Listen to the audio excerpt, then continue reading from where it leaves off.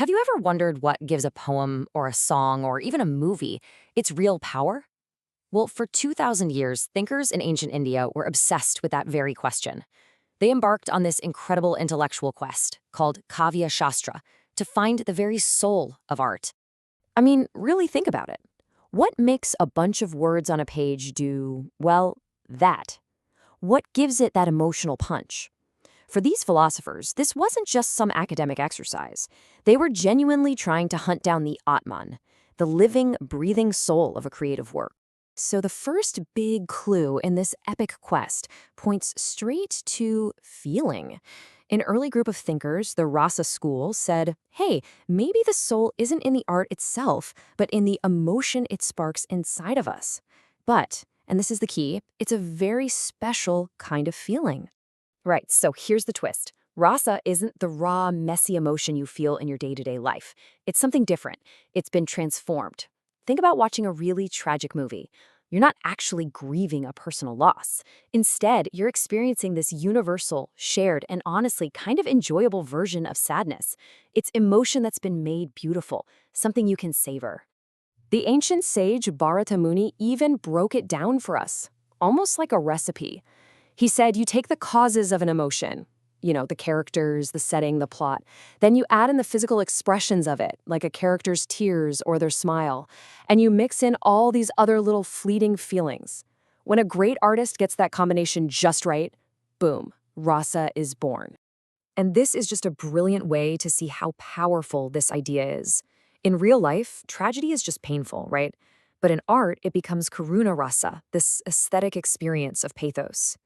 It allows us to appreciate the beauty of the story, the performance, the artistry, all without the actual real-world suffering. It's like art lets us safely touch every single shade of human feeling. Okay, but is feeling the whole story? Not everyone thought so. Let's move on to the next set of clues.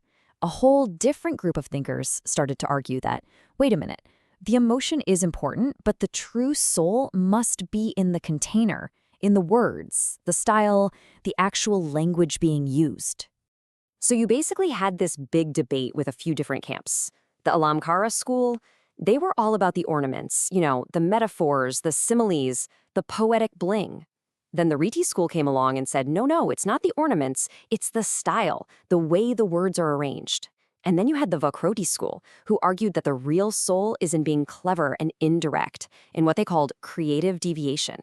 The Alamkara school had this absolutely perfect metaphor for their idea.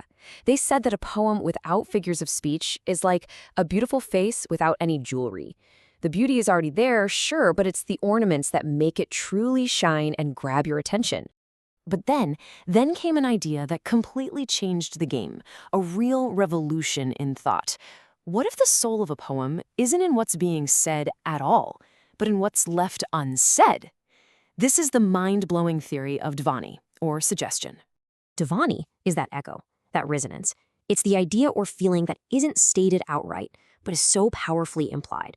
It's like the whisper of the poem that you can still hear long after you've put the book down.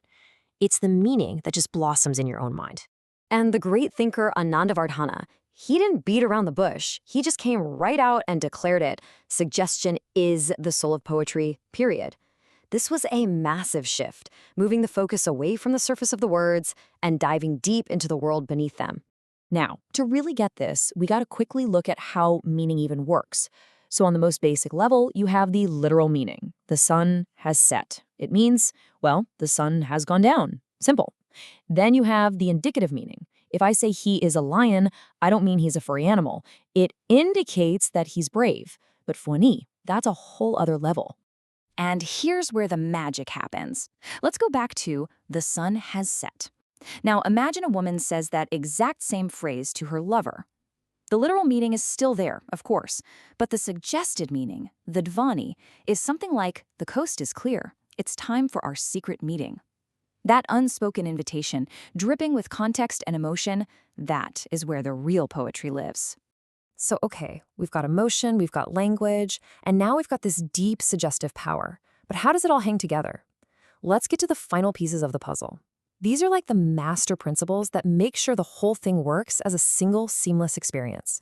The first principle is called ācīca, which basically means propriety or fitness. It's the law of artistic harmony. It just says that everything has to fit.